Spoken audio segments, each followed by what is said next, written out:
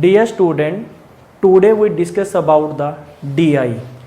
DI सबसे important part है IBPS PO के अंदर, SBI PO के अंदर, और जितनी भी SSC CGL की एग्ज़ाम है सबसे ज़्यादा इम्पोर्टेंट पार्ट है DI. जब DI की बात करते हैं ना बेटा, इसकी शुरुआत कब हुई थी? इसका जब एग्ज़ाम हुआ बैंक सर्विस रिक्रूटमेंट बोर्ड ने 2001 से लेके 2016 तक, इससे हमेशा 20 to 25 क्वेश्चन आते हैं. और SBI PO के अंदर और तो कुछ आएगा ही नहीं, ये सारे का सारा 45 मार्क्स का DI भरा होता है. क्या होता है? DI फिल होता है. तो इसको समझना है DI है क्या. तो DI है क्या, पहले उसका स्ट्रक्चर बनाना हमें. जब भी बेटा मैं DI की बात करता हूँ ना, इसको 3 पार्ट्स के अंदर डिवाइड करते हैं. Number 1 ratio and proportion.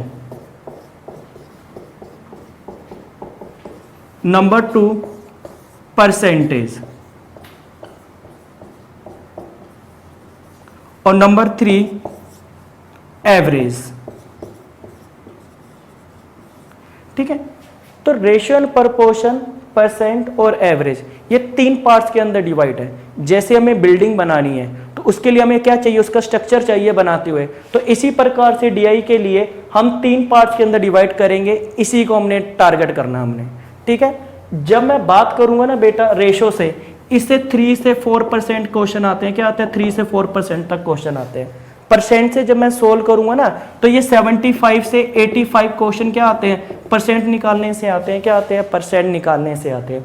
और एवरेज से 10 से 15 क्वेश्चन आते हैं. क्या आते हैं? 10 से 15 क्वेश्चन आते हैं. ठीक है.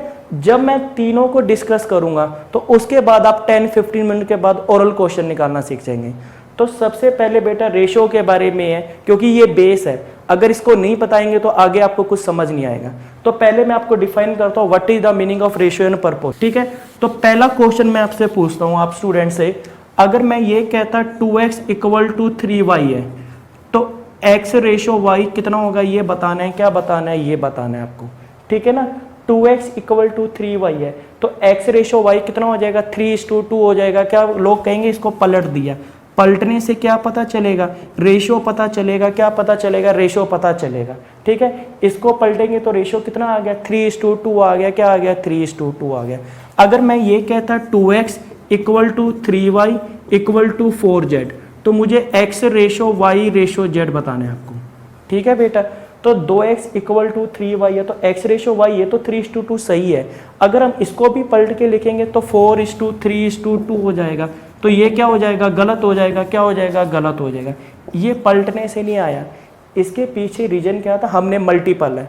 मैं आपसे लेके एंड तक एक ही बात कहूँगा, आपको मल्टीपल सोचना, उसके अलावा कुछ नहीं सोचना. मल्टीपल का अर्थ है क्या, पहले उसको समझो. मल्टीपल का अगर मैं कहता 30 से 3 कितने टाइम्स हैं, ये 3 टाइम्स हो जाएगा. क्या हो जाएगा? 3 टाइम्स हो जाएगा. अगर मैं कहता 20 से 4 कितने टाइम्स हैं, तो कितने टाइम्स हो जाएगा? 5 टाइम्स हो जाएगा. क्या हो जाएगा? 5 टाइम्स. तो डिवाइड से हमेशा क्या पता चलेगा? मल्टीपल पता चलेगा. क्या पता चलेगा? मल्टीपल पता चलेगा. तो उसी प्रकार से 2 और 3 का मल्टीपल ऐसी संख्या सोचनी है जिससे ये दोनों डिवाइड जाए.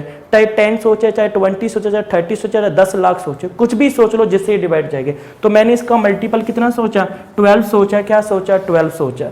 इससे कितने टाइम्स हैं? 6 टाइम्स है. इससे कितने टाइम्स हो जाएगा? 4 टाइम्स आ जाएगा. क्या आ जाएगा? 4 टाइम्स हो जाएगा. तो रेशो इसको सोल्व करेंगे, 6:4 सोल्व करेंगे, तब भी कितना आ जाएगा? 3:2 आ जाएगा. क्या आ जाएगा? 3:2 आ जाएगा. ठीक है. समझ आ गया. तुम बोलोगे नहीं सर मैंने इसका मल्टीपल कुछ और सोच लिया. मैंने बोला ना, आप 10, 30, 50, 60 कुछ मर्जी सोचो, उसमें आपका क्या होना चाहिए? मल्टीपल होना चाहिए. सही. मैंने 2 और 3 का मल्टीपल कितना सोचा? 6 सोचा. क्या सोचा? 6. ये भी तो मल्टीपल है. आप 10 सोचो, 20 सोचो, 10,000 सोचो, 20,000, उससे कोई फर्क नहीं पड़ेगा. हमें मल्टीपल सोचना भाई. इससे कितने टाइम्स है? 3 टाइम. इससे कितने टाइम्स है? 2 टाइम. तब हम 3:2 आ गया. क्या आ गया? 3:2 आ गया. समझ आ गया बेटा मल्टीपल क्या है? ये बात तो क्लियर है. उसी प्रकार से 2, 3, 4 का मल्टीपल कितना सोचेंगे? 12 सोचेंगे. क्या सोचेंगे? 12 सोचेंगे. 2x = 3y = 4z है ना. इसका मल्टीपल आप क्या सोचोगे? मैंने कितना सोचा? 12 सोचा. क्या सोचा? 12. इससे कितने टाइम्स है? इससे कितने टाइम्स हो गया? 6 टाइम्स हो गया. इससे कितने टाइम्स है? 4 टाइम. इससे कितने टाइम्स है? 3 टाइम. तो ये रेशियो कितना आ गया? 6:4:3 आ गया। क्या आ गया? 6:4:3 आ गया.